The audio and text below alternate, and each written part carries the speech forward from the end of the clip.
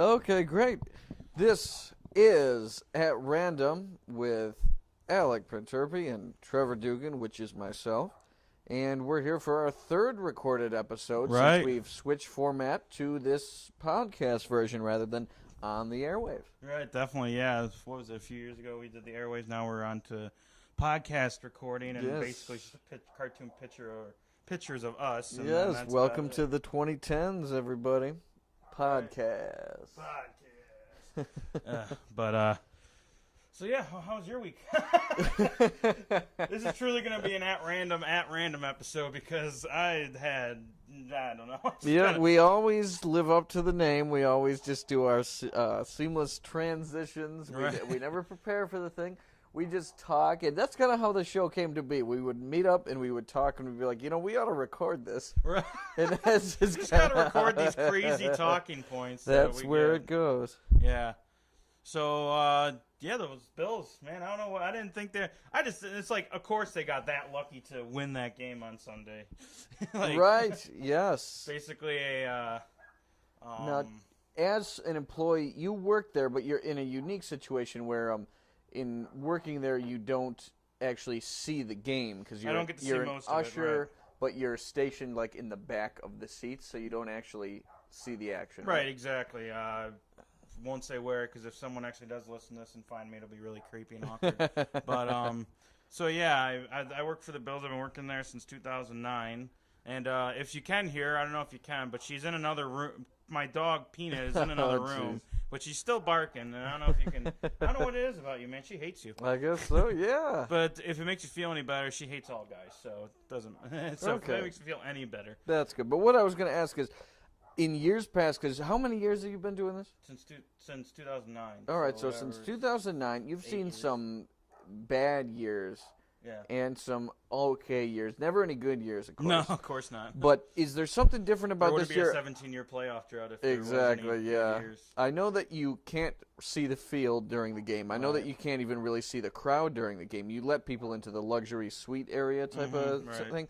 But is there just like an energy you can feel this year that's different from years past? Because as a patron or even just a tailgater, I've been to one game. I've Uber-driven people to and from every home game so far. And there is just like a special kind of electricity, like almost, wow, this is for real. Because there's always like excitement early in the year, but that excitement quickly goes to pessimism like, yeah, well, why did we think they were going to be good? Of course they're not going to be good. This year, maybe, to me, there's something a little bit different. Even just driving the fans around, it's like people are actually almost afraid to be as excited as they are. So there's like this silent tension of excitement. And for you as an usher, do you feel that, or does this kind of feel the same as every other year?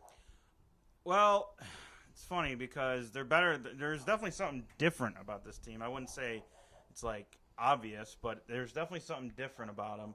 And I think a lot of people are just very, very nervous to say, oh yeah, we're going to be good, or oh, you know what I mean? Like they're afraid to buy in because my dad's always famous saying is, yeah, I'm afraid to buy in because that's the year they're going to lose, and then when I don't buy in, that's the year they're going to win. So I feel like I get that from a lot of the fans. Like, yeah, we've seen this all before. I mean, how many years during this drought have we been, like 5-2? Yeah, 5-1? We talked in a previous episode. We've seen this movie way too many times to not know the ending. We were there. Our last year of high school was the Trent Edwards year where they were really good, and then our junior year of college was the Fitzpatrick year where they were really good. Now it's like, all right, we know really what's happening. Here comes the all is lost moment of this Tyrod year here is just going to be the same as them, but we keep waiting for that moment. Hasn't happened yet, and hopefully we're going to still be in that tension until mathematically they're yeah, exactly, or they're in the playoffs mathematically, because we're so used to hearing mathematical elimination in like November, and it would be really nice to hear mathematics in a different context. Yeah, like how many games do we have to win to actually like make the playoffs and not have to worry about right? Yeah, do we have a magic number to make the playoffs, not a magic number 2 games or 3 games or something to get eliminated? Right, exactly. Yeah, we're always in the hunt graphics, even though we don't feel in the hunt, are technically our record. Yeah, it's always funny to see on like a national sports media, like an ESPN or something, go like, well, here's the ones that are in the hunt, and Buffalo's like, what? That's really up there. Really? Record-wise, right? Yeah, that's it. Really? It's just record. That's all it is. Us up there. Yeah, exactly. Yeah. And then we all know it's like, oh, it's just record. It's not like they actually think the Bills have a chance to make the playoffs. But yeah, right. I think a lot of people are just afraid to say like, oh yeah, we're definitely good this year because I mean we've had this movie last year too. I mean we were 4-2 last year. Yeah, a lot of people are shocked to know that. They were talking about that on a lot of the media outlets this morning. That yeah, they're 4-2, but if you even people on the own team, they were asking Tyrod, the quarterback, and a few other players. Do you remember when we were 4-2 last year? They were like, wait, seriously, we were 4-2 last year? Exactly. Because they went 0-2 and then they won 4 in a row, so it was even more right, a more so impressive just, 4-2. Yeah, it was just different. It right. snuck up on them differently. And I think if they lose this game, they got 2 games next week. They got one Sunday against Oakland, and then they how is Oakland this year? Do you think they got a shot? You know, Derek Carr is just an interesting story because 2 weeks ago he broke his back, and yet he stood. And now, EJ played 1 game, which is ironic. EJ Manuel played a game. And then, so there's a few former Bills on that team. Yeah, well, one of them's not playing. Marshawn got suspended. Yeah, your boy, Marshawn. My boy, yeah. I was the one who was your like, least favorite player. Basically. Which is almost too bad because it would have been funny if he did not have a good game and the fans got to boo him, but now it's because the last time he played was in Seattle, and he was really good in Seattle, so it was like... Yeah, that was in his prime when he actually was real good. Right, so... Where are we going with this? I totally kind of forgot. Oh, we were 4-2 last year. So it was like everyone's kind of, I think, like I said, I think everyone's just like nervous to say, yeah, we're good. Because, right, it's like a silent I tension. would say these next 2 games are very crucial. If they split, they're 5-3. If they win both, they're 6-2, which I don't know if the Bills have been 6-2 in the drought. Like, I would have to go back and look. I mean, they weren't 6-2 in the year they were in the hunt against when they played the Steelers in that last game. Because they were like, they won 6 or 7 games in a row to make that push, and then the last game, obviously, they lost to the Steelers' third stringers. But so like, I don't think we've ever been 6-2. Wow. So that would Imagine be something. That would be that'd be something. Yeah, that'd be something interesting to be. And then if, like I said, if you lose both games, I mean, now you're 4-5, and nobody believes in you. I mean, this is crucial. If the Bills want people to believe in them, they have to either split or win both. Because if they lose both, they're everybody will be in the mode. Oakland, you lose to Oakland. Last week seems like nothing. Like, oh, you got lucky. That's what happened. Right. Like, you didn't win that game because you were good and you have a shot. You won because you were lucky. And I watched the end of the game. They were. I mean, you throw in a guy who's no one's ever heard of as their top wide receiver. I can't even name him. That's how unknown he is. He has first 100-yard receiving game of the year too for the Bills. So it's like, I mean. Yeah, I think if you beat Oakland and then Thursday night you beat the Jets, I think people will start taking you seriously. And I'll start believing. Kind of high unbelieving. Yeah. That's how I feel. Like people are high on believing it. Yeah, it's like a euphoric experience. High on believing. Ladies and gentlemen, first time we have sung on this song. Because we did our first recording, I think we sung, but it wasn't not our very first. Oh, our not demo? Our first one, not our our demo. Our underground. I like that. Calling it a demo. I like that. Yeah, it was our demo. Our underground years. Yeah. I think we sang for sure on that. But yeah, first time on recorded YouTube. Nice. So you think we're ever going to put up these social media pages as we keep talking about it? Like, I think I'm very... We'll put it up when a fan requests us to. Yeah. Well, in total, we have 2 videos up. We have like 18 views, and only 3 of them are mine. So, okay. And the only reason I did that, not to be weird and listen to myself, because I can just do that by talking. And right. my wife says I'm annoying, and I agree with her. So, but yeah. Does she really? I hope not. But she's never flat out told me, "Hey, Alec, you're annoying." So I guess that'd be a good thing. But no, it's just to like quality checks. But yeah, so I mean, someone's listening, whether they're listening for a long time or just a few minutes and saying these guys are idiots. I mean, who cares? You know what? This is like what I wanted to do coming out of college. Like, I didn't think of podcasting per se.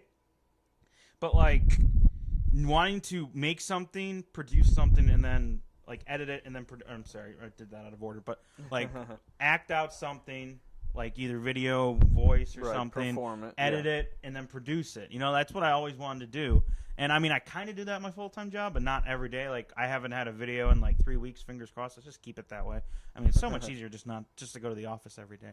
But so it's like it's nice to like every week. Okay, Wednesday, Trevor's coming over, or I'm going over there, and we're gonna record. And then the next night, I import it and edit it and all that kind of stuff. So, and it's actually funny. It was too late because it was already up at that point, but I didn't edit out the end of our video. Like, I edited out the front pretty good, but the end I totally whiffed. We were talking, I don't know, we were just talking about something, but it wasn't. So it was like we did our little sign off and everything like that, and then we just kept talking like, oh, we got to film the opening and all that kind of stuff, yada yada yada, which will happen. Probably not this week, but we will get an opening. And so it's not just, hey, welcome to At Random. It's like, I want something. Like, we didn't say anything offensive, did we? Yeah, we dropped a lot of F-bombs. Right, I was going to say, we dropped N-bombs, F-bombs. Oh, God, yeah, we were probably saying some controversial opinions. Hey, people are watching all the way to the end, right? Yeah, that'd be a way to prove it. At least, that'd be a way to prove it. Just drop them and say it at the end, just so you know, this was a test. To see I wonder if anyone ever does that, and I'm sure it's probably a common thing, like, they're not getting anywhere, so then all of a sudden they're like, you know what I'm going to do? Controversy. Yeah. I think my wall stops peeing. there was for everyone who does. There's a leak. Yeah, there's well, it's not. Let's not overdo it because if a certain someone's listening to this, I'm going to be in the doghouse. Let's just say that there's a little small leak in the back here, right behind all this producing equipment, which, by the way, ironically, has not hit any electrical. And I get back here. I'm setting up for tonight, and I hear this like I hear this little dripping noise. I'm like, oh, that's kind of weird. Like, and I'm thinking, oh, it's outside. It's pouring outside, you know. But and then I look over in the corner. I see a little puddle of water. I'm like, oh, okay, that's all right. It's normal. It's a non-sealed basement minus this wall that I'm looking at. So I mean, it's sealed, but it's not like, I mean, this is professionally done. So I mean, these 3 walls have been here since the house was built. This one was put in because we had to fix the foundation when the place was originally bought.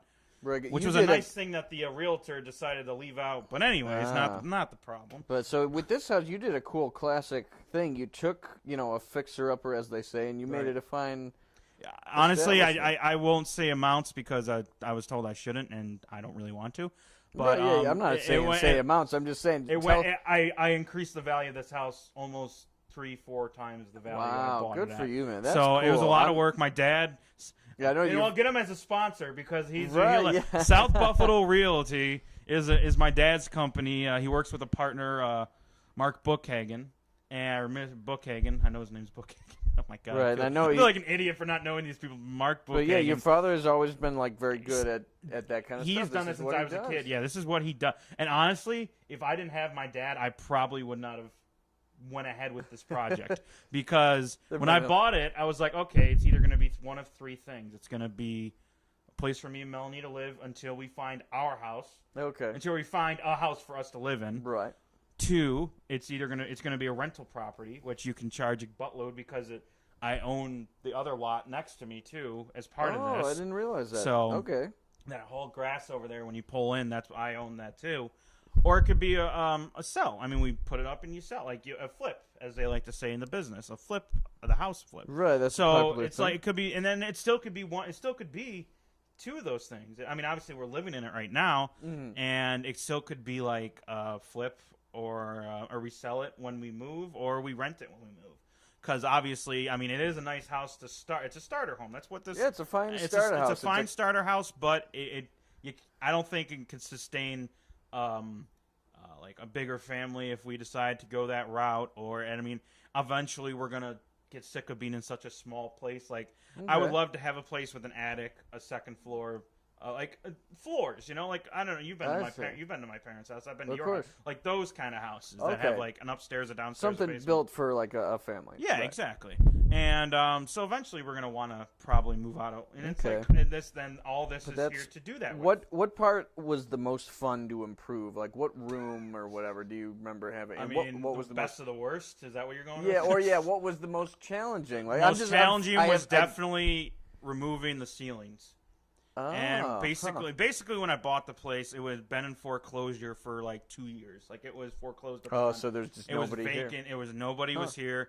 The funny thing was though, it was vacant, but they had redone the electric and redone the windows. So those two were already done, which are two things that are pretty like expensive in the house building process.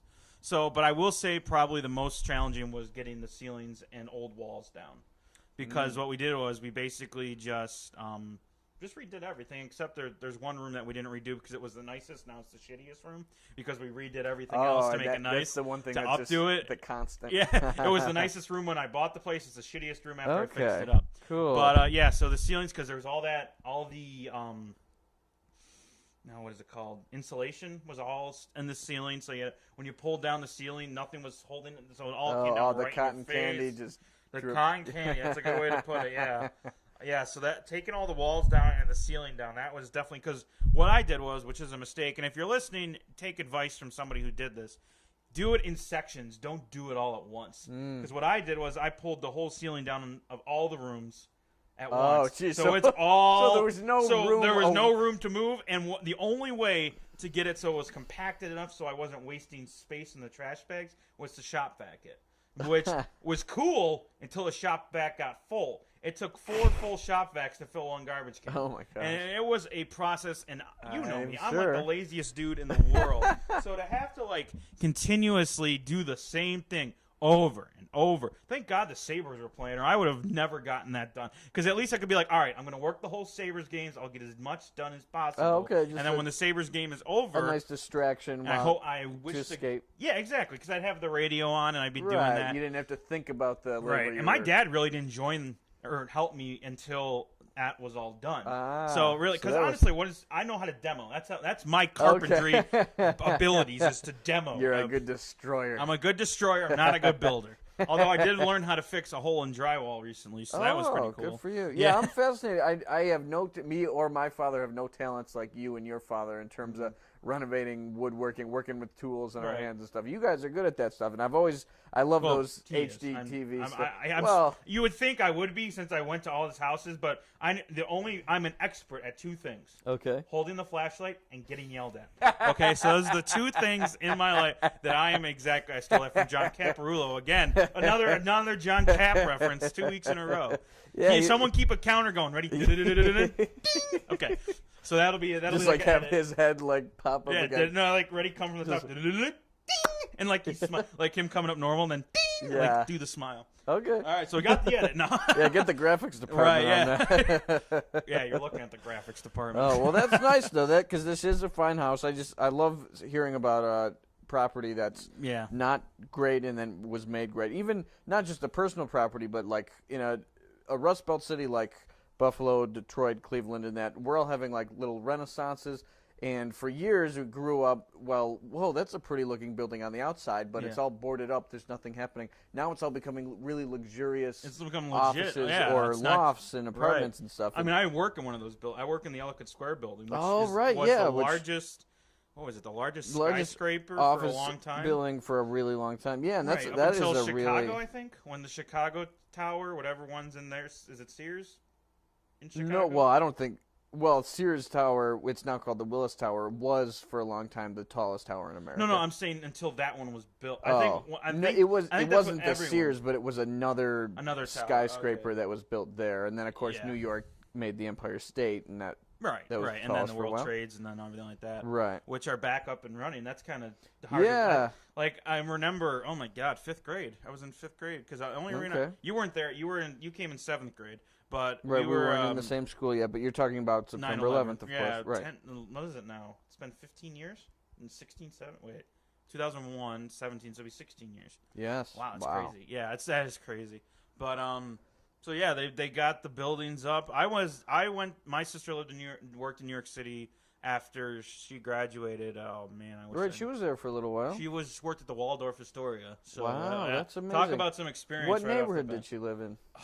Dude, I wish I could tell you. Do you remember what borough at least? I know there was a big bridge really close to her, but that doesn't help anything. Was she right in Manhattan though? No, I don't think she was in. She was in. Honestly, I should ask her next week. Probably Brooklyn. I'm going to see her next night. Or tomorrow because I'm watching my niece and nephew tomorrow night. Okay. Oh, So not I guess alone. probably So the kids are okay. Not Brooklyn alone. or Queens then. That's cool. Probably. Yeah. But yeah, so she lived there for 9 months, and I visited her. We went to a Knicks game. That was pretty cool. Oh, neat. I got to go to right, MSG. Right so in that the was garden. really cool. Yeah. I've taken a tour of MSG. And this was 2006 when the comedian Dane Cook was really big, and he was doing a concert later that night, but he was doing a sound check while we were getting a tour. Oh, that's so really I cool. saw him just kind of go, test, 1, 2, test. Test. Oh, those lights are too bright. I feel like I'm getting abducted. And like everybody laughed, and he looked, and he's like, "Oh, there's a tour going on. Hi, tour. Come to my show." And of course, I thought that's what. Isn't that on Netflix? Isn't that somewhere? Like, isn't that recorded somewhere? Yeah. I was gonna say because I remember because it's in the middle, right? Like they're in the Yeah, middle it was and a they really go around. neat stage. It was just like in the shape of his famous hand thing, the shocker, like your index Okay, I and do your know what middle it's. finger, your pinky up. I thought it was this. Something. It's some kind of hand thing. Where's our glass? Yeah. Where's the glass? Yeah. Where's the piece of glass Where's that we the can piece look of glass this up? research tool? But whatever Dane Cook's hand thing he does, it was just a little stage right in the middle, and it was like with that on it. Yeah, Yeah, just a I think I know what you're talking about because I remember. Because I've watched that. Yeah, it was and cool. He is just like a because he was talking about island. going to his dad taking him to a farm or something. Oh yeah, Benson's Animal Farm.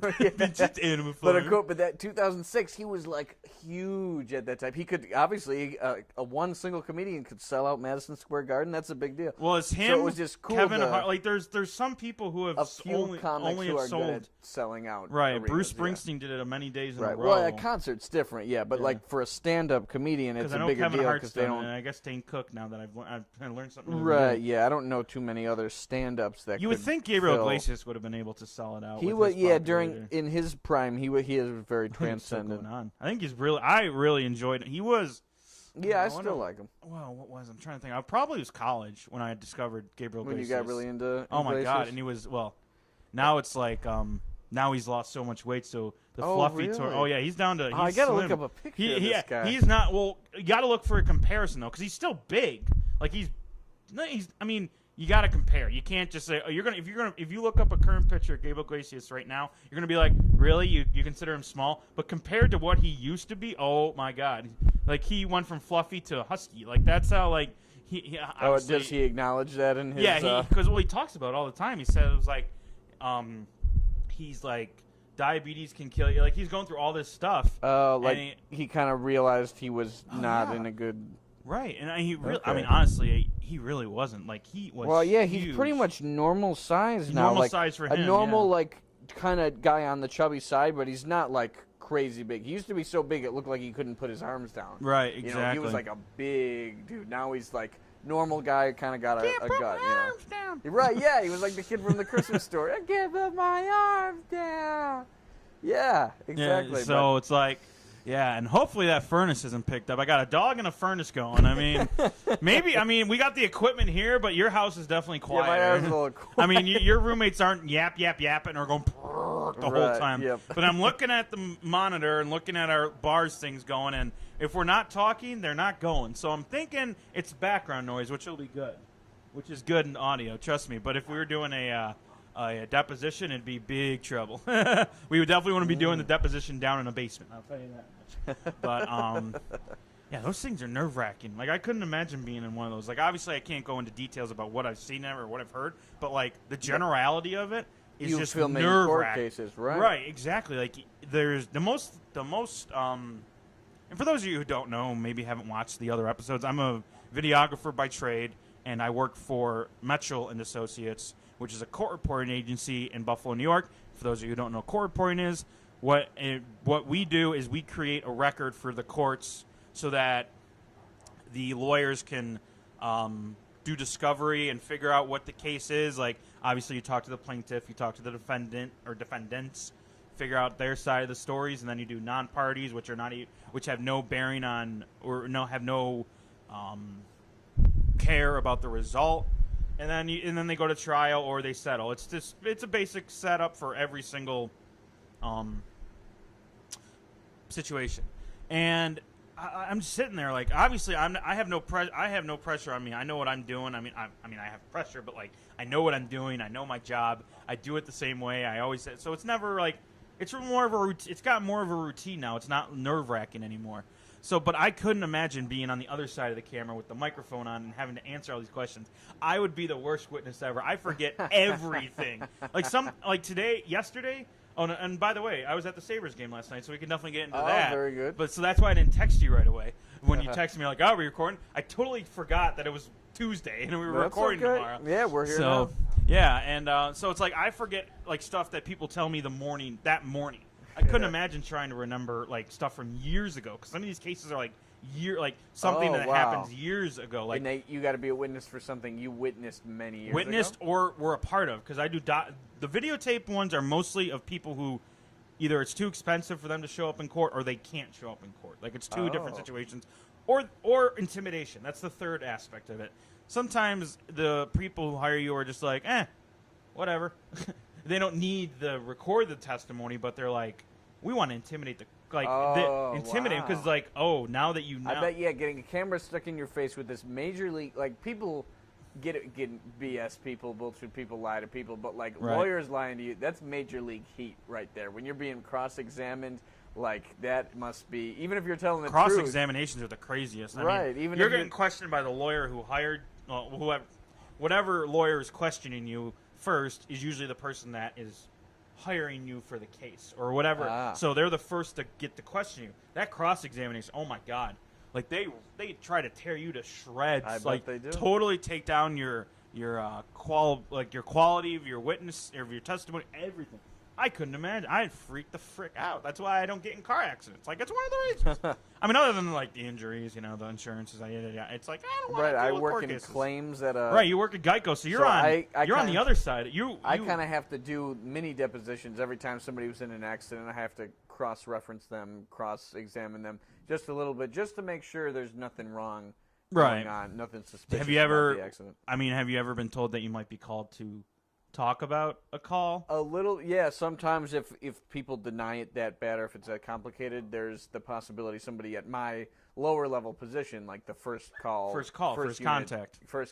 of I've claims. seen that. Yeah, I've done those depositions where it's the first contact of to do that. But usually things get settled. They definitely. Yeah, those car accidents with Geico and all that gets up. And so, I mean, and we started somewhere with this, like being nervous or something. I don't know, but I mean, speaking of being nervous, you used to do or still do voice acting. Oh yeah, every once in a while. I mean, do you ever get nervous, dude? I mean, that's kind of a laid back kind of. Especially it's different than any other acting because there's the least amount of audience there. Usually, it's just you and one producer, maybe the copywriter who wrote the commercial. Right. So there's the least amount of audience. So voice acting, and you're not showing your face. So voice acting, you can really cut loose and be. You can show, and there's no dress code, of course. You can wear your damn sweatpants to the as Chris studio. Rock. I gotta get sweatpants and get fool me in that chick. Right? Yeah. Whatever. During the Oscars, Chris Rock was like, "People say voice acting's hard. It ain't hard. They can make me look like a zebra. They make my man Eddie Murphy look like a donkey. We show up in our sweatpants and we get $4 million." Yeah. But all you guys, they say, time to go to the store. Hey, time to go to the store. $4 million. And he really did well in the Madagascar. Yeah, he plays a lot of great voice actors. Play the shit. Animal. Yeah, and Owen Wilson was the lion, right? No, Ben Stiller was the lion. Ben Stiller was the lion. Yep. Was Owen Wilson in that at all? I don't know. The guy from Friends, David Schwimmer, was the neurotic giraffe, and then. Some famous black actor. Zoo transfer. Was no, I have an appointment with Dr. Goldman in the morning. Prescriptions need to be filled, and I am not going to HMO. Right, he's one of those really neurotic type of guys. Yeah. Which is kind of what he basically is always typecast as that guy. Except in the O.J. Simpson miniseries, he plays Robert Kardashian. And that was like the first serious role I ever see David Schwimmer Speaking of O.J., and he was good. Yes, it's funny because Jim Carrey was the same way. Like he did. I want to say 23 or something with number 23. He did that movie, and that freaked the fuck out of me. Like I've never seen Jim Carrey serious. Like right? That. Yeah. It was like almost a borderline horror movie type of thing. Really surreal. And then another Eternal Sunshine of the Spotless Mind was like a really depressing That sounds like a depressing movie. Yeah, exactly. Yeah. But yeah. So about people who were in a great relationship. Him and I think Kate Winslet is the the girl, but then they have their memories erased because it's after they break up because it's too painful to remember how close they once were and how they had to break up. But then they meet each other again and they don't know why they have this connection, something like that. But it's really depressing. I think I remember, and that would suck to be like, say, like us with our significant others, right? And it'd be like, what if you forgot completely, like your brain totally forgot? Yeah, like that's why it's so sad with like Alzheimer's and those kind of just brain diseases. Right. It's like I couldn't imagine going to, like, obviously I haven't, like, nobody, thank God, I don't know if you, but thank God nobody in my family has been affected by this disease yet. Oh my God, I'm like predicting it. But no, all my grandparents have passed away, so they would have been the only ones that would have maybe succumbed to that, but none of them did. And it's like, I couldn't imagine if I walked in and talked to my dad, and my dad had no idea who I was. He's like, oh, who are you? And it's like, I mean, I look like him, that's one thing. And then it's like, it would just be so sad. Like, and you're talking about, like, they went to forget the other, but it's like, I don't know if I could do it. Like, like that's an experience, you know? I mean, like, whether it was bad or good, it's like, that's part of what makes you you. Like, there's nothing in the world that can make. I mean, obviously there isn't yet, but I'm sure they're trying to develop it because people will be like, oh, I want to forget that day at work because it's like, and then like, it's almost like it's kind of scary how you can pick and choose, edit your life like that if that was possible. Which to a certain extent it kind of is, but it's not really mainstream, and you can't do it. You would have to do it in a very broad way, right? Like because selectively it's like, have things erased from your mind. It's kind of like if you go back in time and you try to change something that you think is bad, but like because you change it sets a chain of motion. Right, you don't kill a butterfly because it or was that and it's like the butterfly effect. Right, yeah. I was gonna say that's a movie. Yeah, too. in terms. There's another guy, Ashton Kutcher, who went from he tried super to do fun to serious to a horror movie. But anyways, go ahead. Sorry. I was gonna say, yeah. In your own mind, I really understood I really understand what you mean by that. Like, you go back in time and try to stop something from happening. Butterfly effect, it could rearrange everything in history. On a more personal level, if you go back in your mind and erase something from your memory, you don't know what subconsciously you gained from that memory. Right. So maybe it was bad for you at the time, but you could have learned something that influenced you later in life. Like you know not to go after a certain type of girl because that'll happen, but you don't remember that, so you're like, all right, I'm going to go after, oh, she's... Exactly, so it can wreak just as much havoc. So I guess the moral of whatever story that is this movie that totally came out of nowhere. You can always take the good from the bad. Like, it's good. Everybody's gonna wish, oh man, I wish that didn't happen. But in the end, just accept it, and whatever you learned from it, whatever you can take from it, it's better off than trying to actually erase it because you don't know what else you're erasing because you learned something from it. Right, exactly. And it's like, like you said, take the good out of the bad. Take silver lining. Every clouds have a silver lining. What's that from Stuart Little or something? I know it's a saying, but still, Stuart Little like takes it to the. It's funny to think of the people in Stuart Little. Like, now that, speaking of at random, by the way, like this should like we should have a graphic going like every time that something totally random comes up. That's random for like how many like a segue, right? How many topics? Yeah. Yeah. Speaking of like, we got the guy from House is the dad. Right. The guy from Legend of or League of Their Own is the mom. Oh, yeah. She's the Gina Davis. Yeah. And then the kid is, what, was he in the Vampire Jonathan Lithnicki. Yeah, he was in that and that the Tom Cruise movie. Jerry Maguire? Yeah, Jerry Maguire. Yeah, he was in Jerry Maguire. Yeah. He was big when he was a kid. He was pretty big. He had a lot of good roles. I want to say, does Michael J. Fox play the mouse? Yep, Michael J. Fox is the voice of the mouse, and then Nathan Lane is the voice of the cat.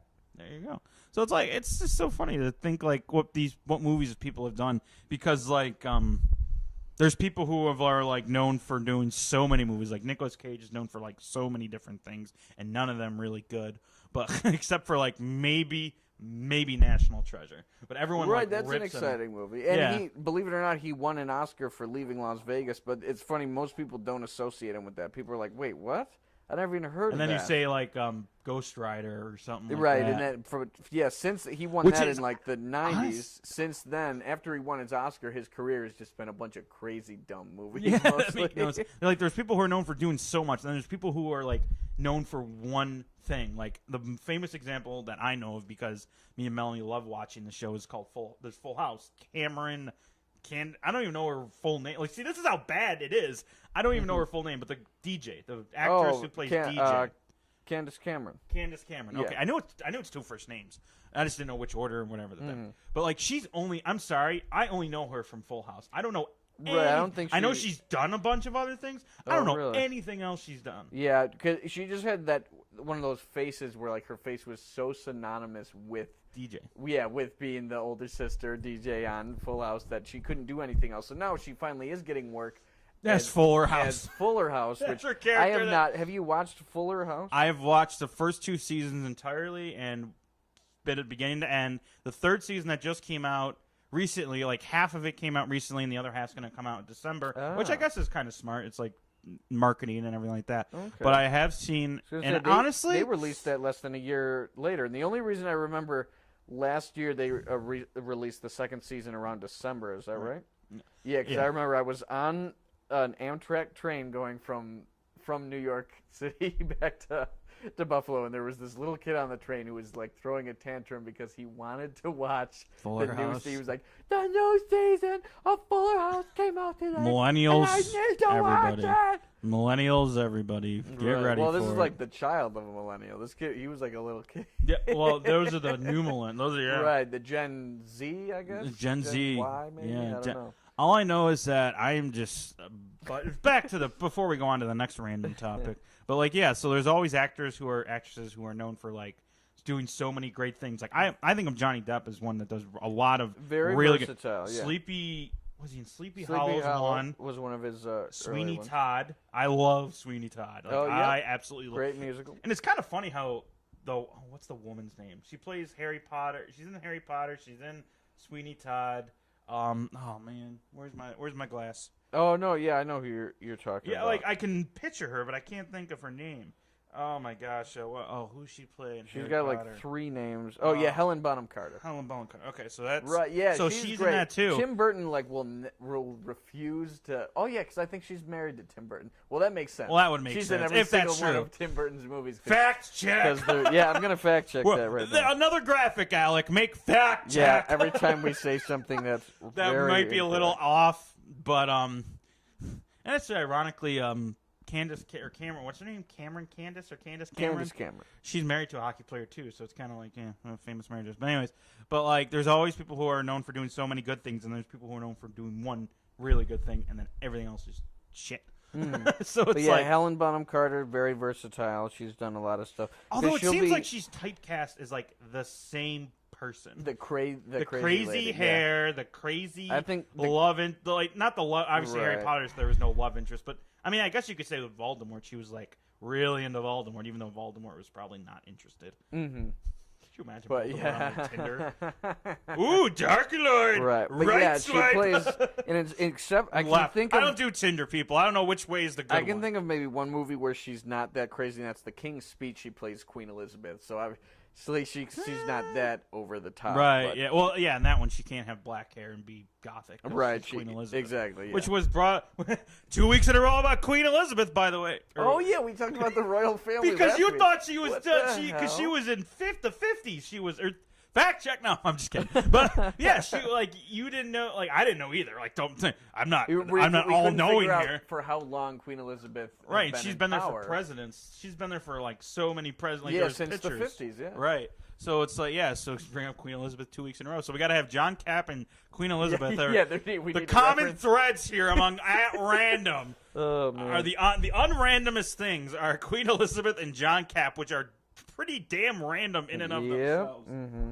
So, but King's Speech was a good movie. It was cool to see Jeffrey Rush. When I think of Jeffrey Rush, I think of Captain Barbossa. Captain Barbossa. But then he just plays his normal, like, I'm an old British man, like, self in. Well, he did that in the Speech. 4th movie of Caribbean, right? Didn't he do? There wasn't he he was a pirate, obviously, towards the end, but like he was a British soldier because right, he lived sold more out or whatever. Right, yeah, he quit being a pirate and he joined like just the to Armada. join, right, yeah.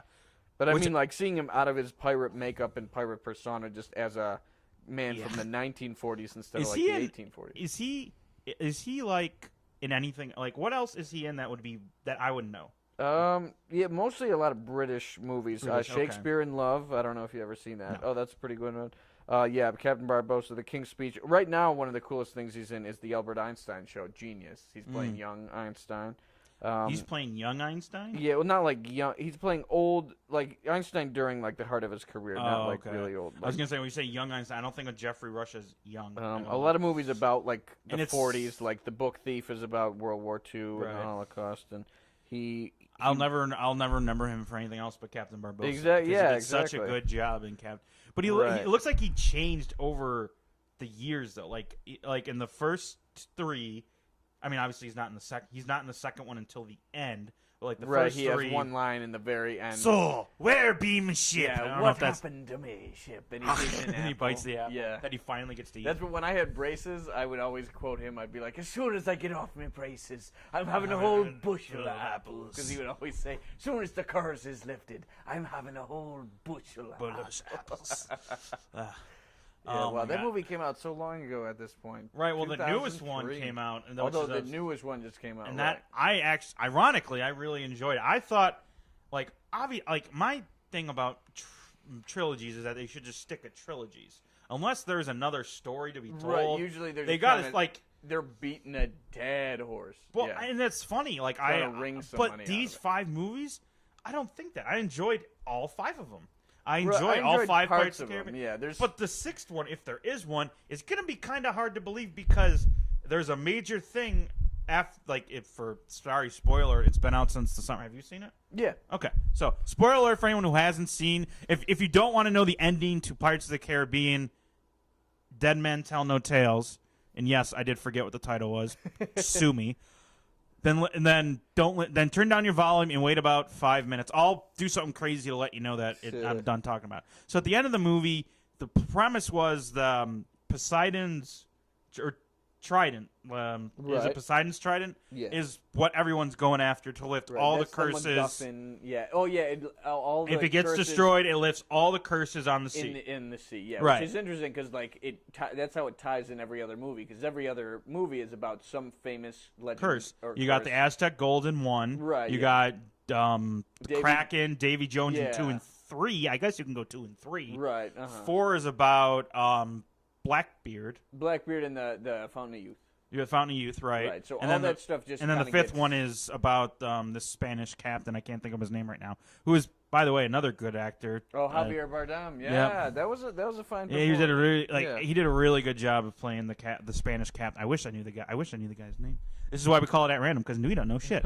Anyways, so at the end of the movie, they destroy that. Like that's part of the end of the movie. They destroy that.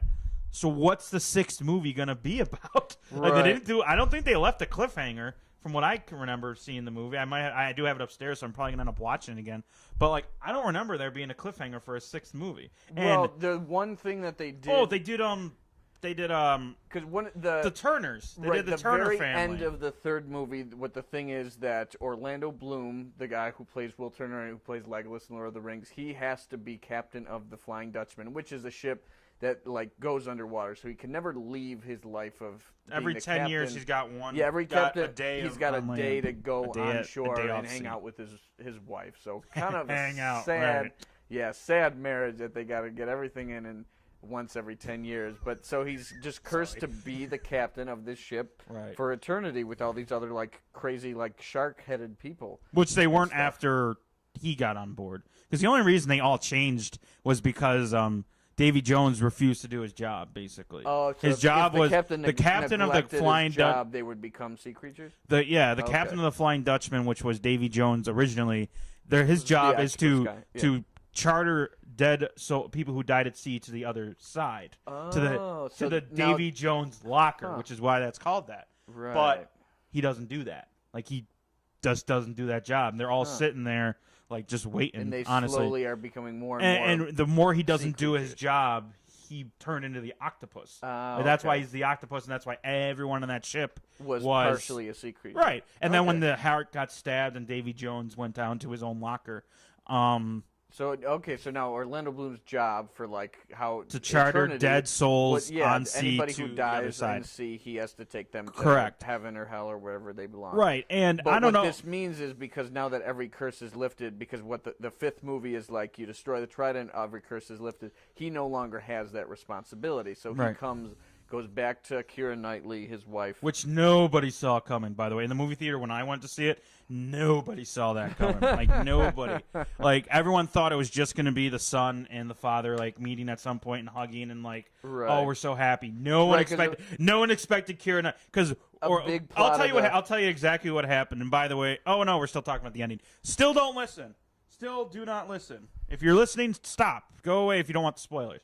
So basically, like, they'd have that moment where they're where they hug and they meet and everything like that, and then Orlando Bloom looks he's looking at the camera, but he looks like slightly off, and everyone in the movie theater is like, and then they see like off in the distance this red dress coming off, and it's Keira Knightley, Keira Knightley's character, Elizabeth Swann, Elizabeth Turner. Yeah. And everyone just went ballistic in the movie theater, like, oh my god! Really? Wow. Like, they went nerdgasm. Like, that's what we call them. I guess so. We're gonna say nerdgasm. Yeah. So, but yeah, it was just kind of funny that, like, because I didn't expect it either. I was like, oh, okay, they got Orlando Bloom somehow because he wasn't in the fourth movie. I mean, it really didn't have a spot, and if you think about it, right? No, I kind of like that they just wanted to focus on the main pirates. They didn't have that romantic side story. Because personally, I think my least favorite one, though there are some cool parts, is the third one because I think they focus too much on Orlando Bloom and Keira Knightley. Right. That's why the movie's almost like 4 hours long. Oh, the third movie of every series so seemed long, right.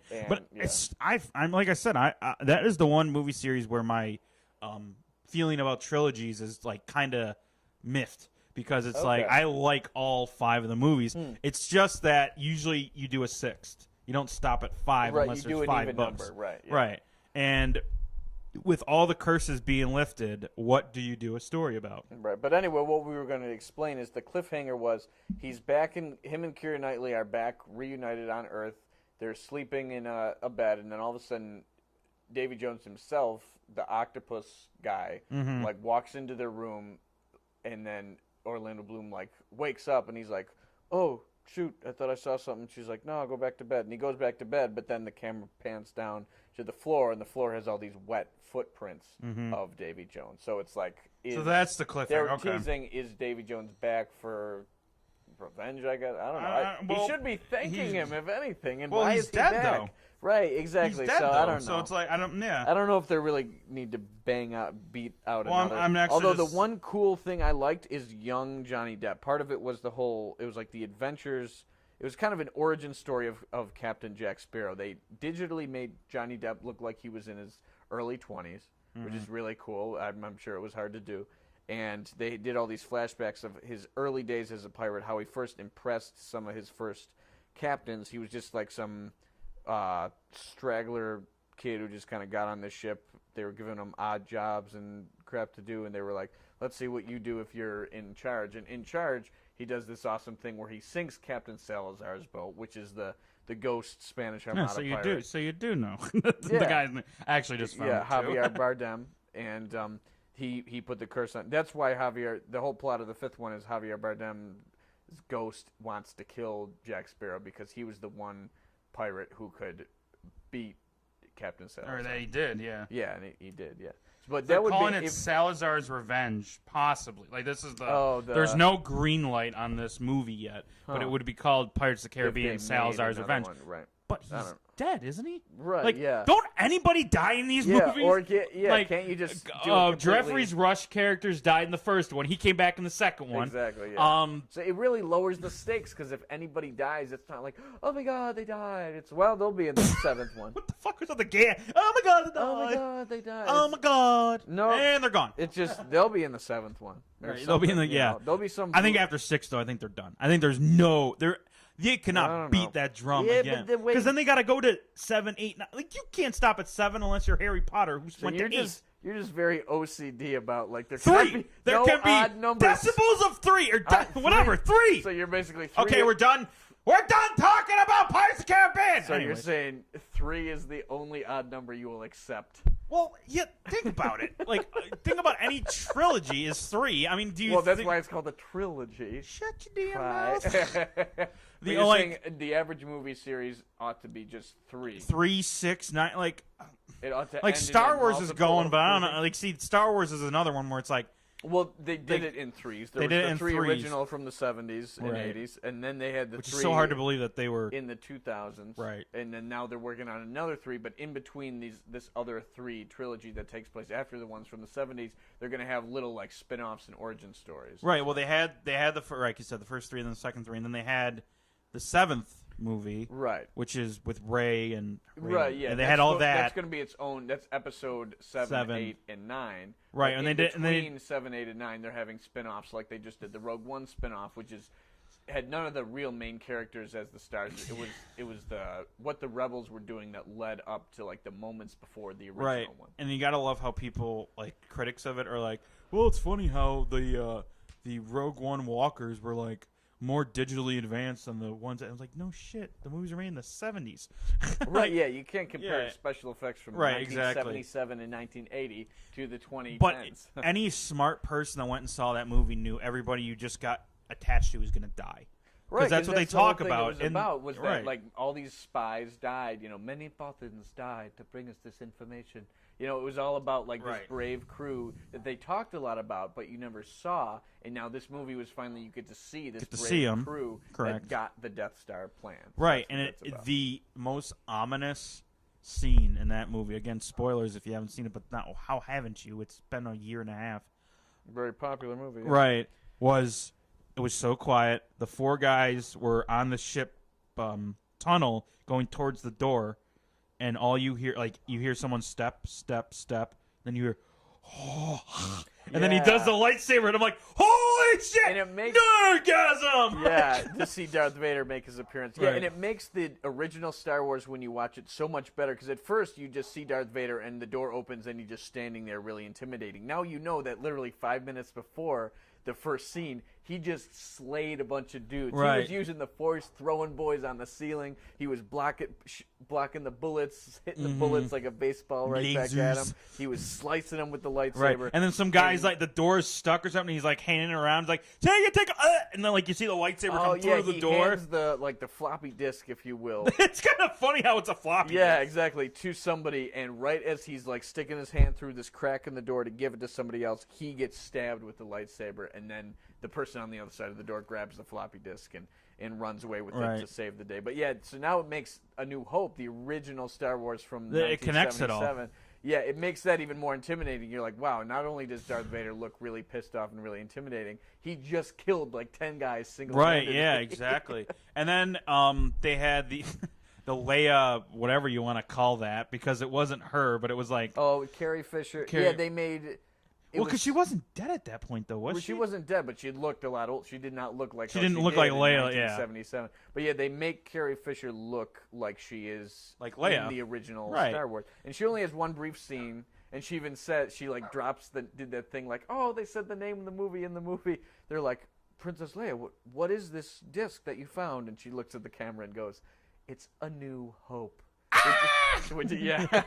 Everyone goes crazy. Same with Peter Cushing. He's been dead for like 18 years. Right, yeah, the old Grand captain. Tarkin. Yeah, Grand Moff Tarkin. He's like the general of the Death Star. Right. He like commands the whole Death Star. He has a lot of scenes in it, and it's like a digital version. They have some random actor who looks kind of like him, and digitally they make it look just like Peter Cushing did when he was in Star Wars. Right, I was just going to bring that up too. Like, that's the one thing about reboots that's an issue. Like, if you have old characters, you got to...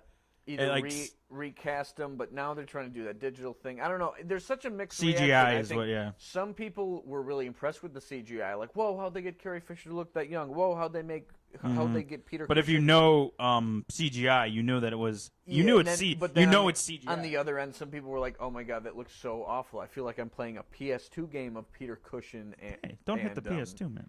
I'm not knocking that. I'm just saying, it was weird. Some people were either real impressed with Carrie Fisher and Peter Cushing coming back in CGI, or some people were disgusted at how bad they thought it was. Right, so it was weird. It's just weird to know... that PS2 your first system, or did you have one before that? N64. So N64, okay. Mine was, and that's it. Mine was a Game Boy. I don't know if that counts. Oh, okay. But yeah, I don't know if Game Boy. I did have a Game Boy Color. But if we do like a full-out console, it'd be the PS2 that I had. Actually, it's ironic. I still have. I have upstairs. I have a PS2, a PS3, and a PS4. Oh, you got all three generations. Yeah, very nice. Well, the PS3 I bought in college. The PS2 I got for Christmas when I was younger, and the PS4 Melanie bought me for Christmas. Oh, well, she always jokes. She's like, "Oh, I bought it for us." But do you guys play together? Yeah, we play. Our big thing is like Lego games. Like we have those are challenging. You think like, oh, this is a kid's game. Those are hard as fuck. Well, yeah, the 25% of the game is the story. The other 75% is all the other crap you gotta do. It's mostly you trying to figure out like, oh man, I gotta go all the way back, and there's this one little piece on the ground. I gotta pick that up, run into the other room, plug that in that room, run into the third room, climb the stairs, talk to the guy, run back down the stairs, pull that piece out of this piece, run into the other thing. It's like such a puzzle, you know. It's a crazy. It's a scavenger hunt and a puzzle. Right. You think these are kids' games, but Lego video games are really challenging. Really challenging, yeah. And I find myself Googling like the walkthrough on certain things. And you got to be like, all right, somebody explain to me what the hell do I do here? I've been stuck in just this for room all forever. our fans, the one guy with potato chips and dip. By the way, I hope that tastes good. It's like you do a good effort, and like, yeah, nice smile. I thought it was pretty funny. It was a stupid joke. I was trying to figure out what you meant. I meant our one fan that watches your these one things. fan is likely eating chips and dip. Okay. Yeah, chips and dip in a beer. What's wrong with that? No, but yeah, so you got to give an honest effort. You can't just go right to the cheat codes. You got to give an honest effort in the levels and everything like that. Right. And as a once you can't, once you're like, what the hell? Right. do I Because do? our famous games that we play together are Lego Harry Potters, which are that's 7 fun. of those. So that's of course, yeah. like one we're for every both damn fans movie. of games that are like super long. Like it takes a Okay. long. Like the story's a long. good. A story's a big part, but then there's more to do than just the story. Okay, so there's a lot of replay value. Right, There's exactly. Side quests, side missions. That's why the Lego games are really cool. Right, because there's millions of those. Yeah, Lego Harry Potter. Good. Jurassic Park, all 4 of the movies. So there's that's another cool. one. And there's a game called Lego City. It's not a movie or anything like that. It's just where you're a cop and you're going through and trying to solve a crime. Really? So yeah, and then there's all the levels, but then there's a huge city you can drive around to and do like it's little like tasks as they and call stuff like that. sandbox game, where it's just the whole city's just one giant level. It's all kind of things are happening that you're not even controlling. Right? Yeah, it's like there's people cool. driving and stuff like that. Oh, that's really and neat. I'm trying to think of like that. I'm trying to think of any other Lego Pirates of the Caribbean, Oh, Lego speaking Star of that. Wars. Wow, The so Star Wars is a basically Star. Any great adventure movie franchise they have made Legos of, and they've also made a Lego video. Lego game Star Wars is way super challenging. There's 6 Yeah. levels per movie. I got to like the 3rd level. I was still young Luke with old Obi-Wan, and I was like, what the frig do I do? What do I do? I got stuck in the desert. He's like, use the Force, Luke, and I'm like, I'm trying. I don't have weed. Yeah, what do I do? But yeah, so we do those. A lot of sports games like the Maddens, the okay. hockey games we play. Although those have kind of tailed off. And then, ironically, remember the Sly Cooper games? Oh, I still haven't gotten her to play them though. Like I've been really? trying to push her to That do was them a hell because of a it's game, it's man. not a 2-player game. But I've been Right. pushing like she loves the story games. I'm like, It's you got it's to such try it. If you don't like it, you don't like it. But those awesome games are story. awesome. You introduced those to me. Yes, I'm madly in love with. And I those bought games. actually with the PS3. I bought. they had like a pack. They remastered them. They remastered them. How and is it remastered? Because sometimes it just looks better. There really isn't like much difference. It just looks so much better. Don't have those weird like sharp edges every once. Right, exactly. Cool. Yeah. They just did that with Crash Bandicoot as well. Were you a fan of the Crash Bandicoot game? Yes, I had one PS2 game. It was actually that and NHL Hits 2003 were my first 2 ever games besides Pokemon. Okay. Which I mean, you can't see we're not You're doing wearing video, a but- Charmander shirt. No, it's actually what is it? Swolemander. Swolemander. So he could. Okay, swollen. so it's Charmander, but he's got some fine which is- biceps. He's got a dumbbell in one hand. Well, these were like $10 a piece, and I was Where? online. They're called Online? TNT. TNT, so they're tiny and T's or something. I don't know. I just found the website, and I was like, screw it. I'm buying 4 T-shirts. I think they're awesome, and they're actually muscle shirts. But like, so before Pokemon, or not counting Pokemon, my first 2 games were Crash Bandicoot: The Wrath of Cortex, which if you play it now, it's really bad graphics, like compared. Yeah. And then NHL Hits 2003, which is another game where it's like bad graphics, but those games are so enjoyable. And the famous game, I know they just re-released the first 3 for PS1 on. Right, they PS4, didn't really cool. do the one I did, which is what I was looking for. Like, But because it's the original, they wanted to do start with the PS1 correct. ones. And I think it's super popular. Oh, extremely, yeah, because that's so many Nostalgia, people's like childhood. that's what everyone's doing. All these Nostalgia reboots of sells. games are nostalgia because they can't come up with new games. And they know even if they did come up with a new game, there's a risk people might be like, I don't really know how that goes. I don't know if I want to buy it. If Right. there's something that they remember, immediately they'll be like, I'm buying this. I'm buying this, right? Nostalgia always sells. People will buy what they're familiar with. Exactly. So those are the first two, and then my favorite, although all-time favorite one-player game, God of War series. You ever played any of those? I've watched people play. It looks really interesting. Especially, it's based on real, Roman mythology. Well, it's Greek mythology. Greek mythology. So whether it happened or not is beyond me. But it's not, real the stories. From the Roman archives. Exactly. And those are just so much fun. And they there's look really challenging. God of War. Yeah, there's 3 main games. Then there's 2, pre-games, I guess, before the original story. Cool and it's just they are so much fun. They're challenging. They're not super easy, which is part of it's just what part of the thing is. You want to be able to complete them. You don't want it to be so difficult that screw it, I'm not going to play this anymore. So it's and honestly, I never find myself going back to the sports games. I never find myself buying the newer ones anyways. Yeah, I got my hockey game. I got my football game. Yeah, I don't need anything else. The people who are so insanely loyal, they would buy essentially the same game every single year. With a couple upgrades to it. A couple upgrades, and they pay $70 a year. Oh, yeah. How much it costs. Definitely. For the same game. For the same game. Although, instead of X being a receiver, it's now the hike ball. You know what I mean? Certain silly things. And I understand every couple of years do it when the rosters are a lot different. When there's a really they even have the updates though to keep that going. Yeah, now so. there's even less incentive to do it, but kids still do it, man. Yeah, it's crazy. It's definitely I haven't had crazy. a game system since PS2. I just kind of lost interest in gaming, but I play video games kind of 2 times a year, Thanksgiving weekend because I'm back at my parents' house and I have my old N64 and my nostalgia. old PS2. Surprised you didn't bring it with you. Surprised you didn't take the Nintendo 64 with you. Yeah, a lot of people are like, "Why? Oh, you don't game at your apartment?" Why? I just don't have the urge to game unless I'm in a nostalgic mood, which Thanksgiving weekend, Christmas weekend, when I'm back at my parents' house, I fire up the old system. You stay there, or do you just go visit? I usually stay there for the weekend. They like to see me. Not that I live far. I would hope they would like to see you. I moved from South Buffalo to North Buffalo, not very and I moved from South Buffalo to West Seneca, so it's really not even closer. Right? It's 7 minutes away from your old and house. I think I don't know how much time we've done, but we'll end on this. Okay. Can you move away from here? If you got the right opportunity, money's not a question. Let's just say it's out. You got everything. You can afford everything. Emotionally, would you be able to, I think Melanie's home, but anyways. Would you be able to move away from Buffalo, New York? Yes, and nobody loves Buffalo and defends Buffalo as adamantly as me and as passionately as me. Still, yeah. But I think I could, and I think I will need to soon.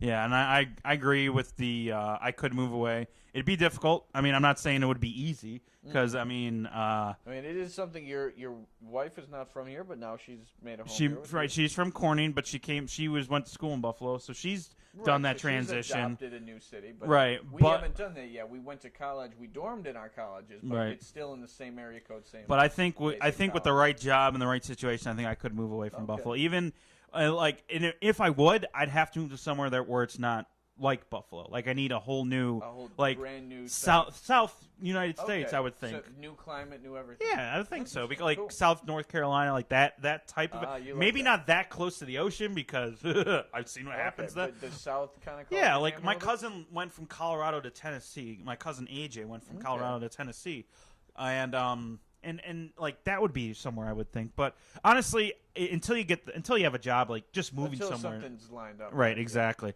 Do you have a dream city, dream location? You seem to be pretty big on the New South, but if you could live anywhere, I think Florida. I think I would have to. The only thing I don't like about it is the humidity. Everything else I absolutely love about Florida. We went to Disney. Any city? Orlando, you're thinking? Orlando area, yeah. I think. Oh, that's the they say the city of Miami, a little bit above city. I don't want to be right at the tip of. Right in southern Florida. Maybe mid Florida somewhere. I don't know where Orlando is, but it's the only one I know. Orlando, Miami, Jacksonville, Orlando, I love you. Orlando Magic. Another, by the way, was it Book of Mormon? The writers. No, I've never seen. They wrote a musical, and one of the first songs is the Mormons first think they're going to be stationed in Orlando, and they sing a song. Orlando, I love. You're like, oh, did we say Orlando? We meant Uganda, Africa, and they're like, shit.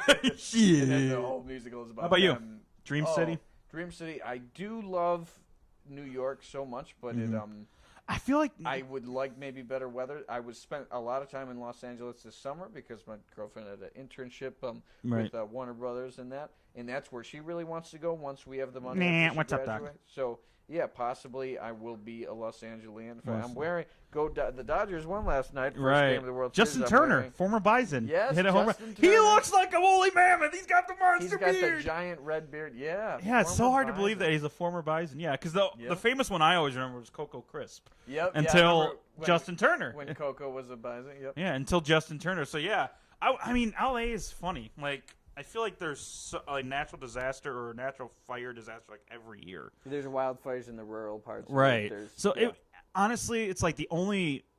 I mean, this is where moving away from Buffalo would get difficult. It would be like snow. That's the worst thing to happen here is snow. Yeah. Like which.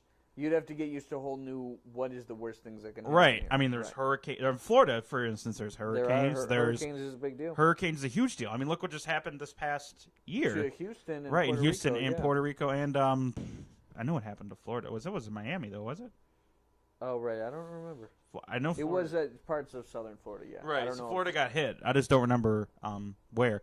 But yeah, so that's a consideration. Like, that's why I was thinking maybe somewhere a little bit north of Florida, like like somewhere in Georgia, maybe a little bit inward. Right, Atlanta's up and a little bit of Atlanta's a little more inward, like Kentucky, Nashville, like, Tennessee is a very or Midwest. I don't know why. What about the Midwest? But it feels like Detroit. I don't know why. I know it's like one of the worst cities in the world to live in. The downtown area is coming back. I was there this time last year, and it's actually really nice. Like, stay out of the outer parts of the city, like 8 Mile, the east side, that stuff. That's the hood, and that is a bad area. But right downtown Detroit, midtown Detroit, very nice places. I think anywhere you go, you're gonna have to get used to it. There's gonna be well, no, there's that, but then there's also like just the emotional. You have to get used to it, no matter what. Yep.